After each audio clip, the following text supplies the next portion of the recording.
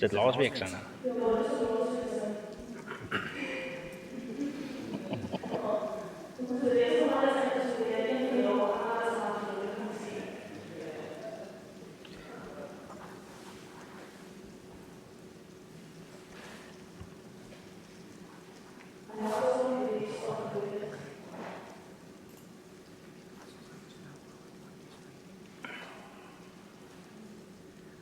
Nou daar.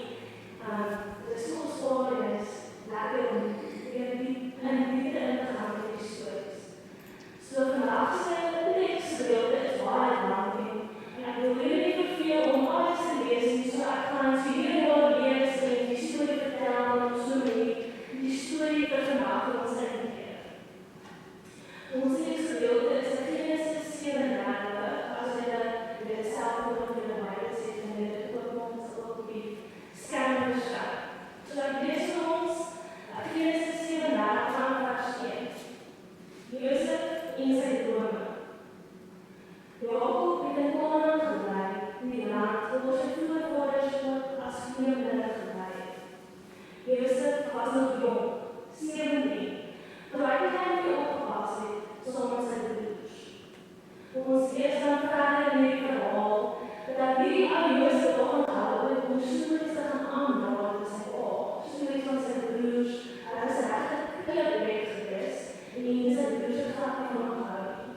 Ons lees verder.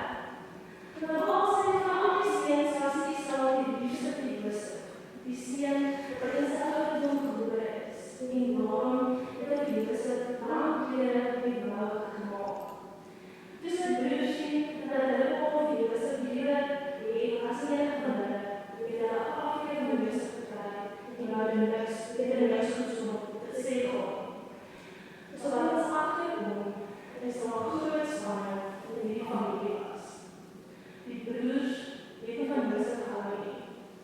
Dalk is hulle bietjie aan die broers gewees of dalk het hulle gevoel dis onregverdig. Die maak nie oor hulle lang omgeleer vir die een broer en vergeet van die ander. Ek ons kan agterkom dat hier 'n bietjie spanning in die familie was. Ons lees verder. Josef word geslaaf. Josef se broers het hulle pa se klein weer gaan oppas in Sichem. Toe sê Esau vir Josef, kyk, jou broers was klein weer op in Sichem. Ek wil jou na hulle toe stuur. Josef het geantwoord, goed pa. Toe sê Esau vir hom, dan kyk of alles nog reg is op jou broers, en jy kan nie en vertel vir my alles. Hier van ons agterkom, die pa nog 'n bietjie vir Josef uitdom met die wees. Hy wil hom eintlik gekyk wat aangaan. Wat maak jy broers? Wat aan die vier?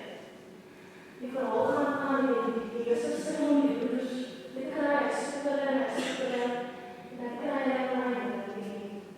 Hier gaan ons ontmoeting van die broers wees. Hulle het hom al van ver gesien, toen hulle gekom het hulle ook nie gekom om hom te maak. Hulle het namelijk van mekaar gesê, kyk, wil nie ek drome aan. Kom ons maak op drome, kom we met hulle. Ons kan sê, dat we die drome opgegeen. Dan sal ons sien, wat word van sy drome. De broer het hulle vertaal, en die ongelukkig Jezus het die drome gesê, nee, ons moet nie drome maak nie. Dit moet nie oorweeg nie. Gooi die weer in die put en in die veld. Moet nie sy leven neem nie. Dit het gesê, sodat die Josef kom het en ons God het om terugste. So, Josef het skaars daar aangekom en die broers het hom gegryp, sy klere, sy handdomklere, waar hy so die broers was uitgetrek en hom in die droë put gegooi, sonder water. Ons lees verder.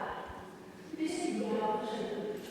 Wat in dit het vir ons broer doodgemaak en in die lig gehou. Kom ons vertel hom aan die Israelite. Ons moet nie sy lewe neem nie.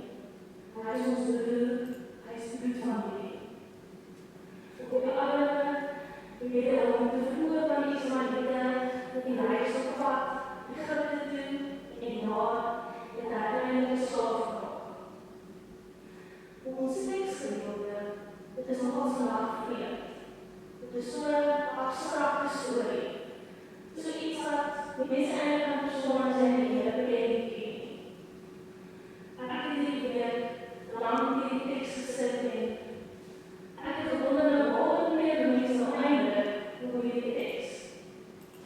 Die antwoord was eintlik so eenvoudig. En ek tog, dit het my so lang geneem om het te snap. Die teks gaan oor Josef. Josef was 'n dromer. Josef was 'n redder.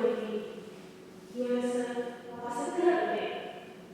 Die klipweg het later dit is slaaf in Egipte geraak.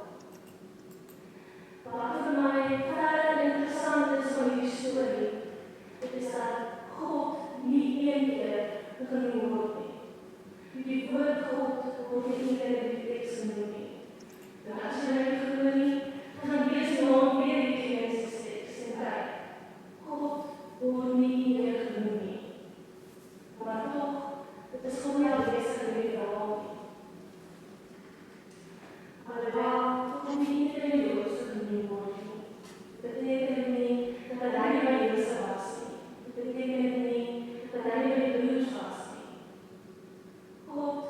steek hom op 'n manier weg in die teks. Hy steek hom weg, maar tog, dit is wel aanwesig. In hierdie verhaal gaan hy oor skouderry, dit gaan oor haat, dit gaan oor afguns, en dit gaan oor buitenloop. En die wat vir my vader reis van die teks is die mysterie van God. Die mysterie van God, en die mysterie beteken dat ons om iets te bedek of om iets toe te maak. Dit is iets wat ons nie eintlik kan verklaar nie. In die reis en in die verhaal, om die mysterie van God uit. God, dit is aanwesig, al word sy naam nie genoem nie. En ja, ek het al gedink, hoe kan mens hierdie aanwesigheid en die mysterie van God onthou nie? Ek het dadelik gedink aan sleutels in die huis, gewoonlik raak sleutels weg. Dus jou paar sleutels in die huis sleutels, jy het nou net in jou hand gehaal, jy het ergens misdroos. Jy kan nie opkom waar dit is nie, maar toch, dit is er naby. Jy kan nie jou vinger op het sit, hoe naby dit nie is nie, maar toch, dit is er ergens rondom jou. En dit is die mysterie van God. Vader, vertel die tekstboek, dat dit nie altyd maklik is vir kinders van God op aarde nie. God, laat Josef gestoot word van alles. Dit is die mysterie van God. Maar aan die begin was Josef die dwaase seun. Die gevoel is net op homself. Hy was eintlik 'n baby met al sy drome en sy eie selfbeeld. Hy het nooit meer gehad, maar hy was eintlik 'n bietjie bergerig as sy moeder sal oor. Josef was nie baie wys nie. Toch, ongelukkig eindig die verhaal beter as wat het begin het. Josef beleef swaar. Dit is die mysterie van God. God is aanwesig in sy swaarheid. En God voel hom die reis in sy tyd van swaarheid. Josef groei toe na wysheid. Dit is die mysterie van God. En die aanwesigheid van God laat my dink aan die bekende woord Noach in die Bybel. En my Bybelse praat van so bly as ek versag, is in die Bybelse blyde. Noach beteken asem of gees. Dit is jou asem of jou gees. God is so teenwoordig en naby, dat wanneer jy asem haal, het hy reeds opgedaag. Noach. Die mysterie van God, dit is dat hy aanwesig is en nie alleen is. Hy is ook in die tye nodig. Al voel ons dit nie, al sien ons dit nie, en al ervaar ons dit nie altyd nie. Hy is teenwoordig. Hy het klaar opgedaag. Hy is daar, hy is hier, hy is. God is. Ek het laasweek soos ek vertel het, 'n proefweek bygewoon. Met die einde van die leerling gehou. Na die tyd is daar altyd 'n gesprek oor hoe die projek gegaan het, en ons het die kritiek en kommentaar het. Daar het 'n oom opgeslaan en hy het gesê,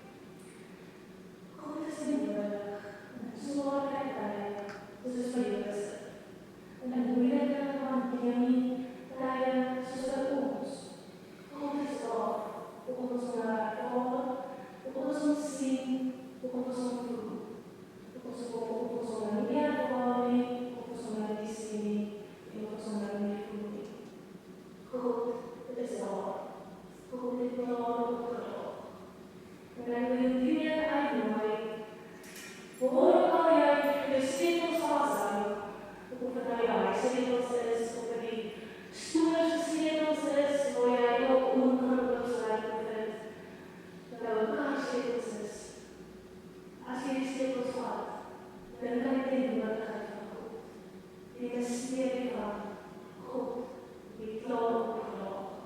Ons roem nie in te neem, hy is by ons. Kom ons bid saam.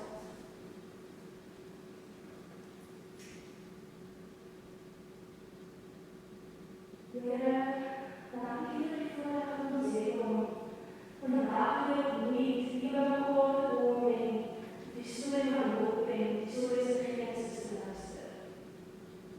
Dankie vir stories en verhale wat ons vandag nog gestuur van U kan leer. Help ons om leer om nie onsself te herinner dat U teenwoordig is. U is soos setels wat weggaan en wat ons nie kan plaas nie. Dit is nog ergens. Ons wil dit soek.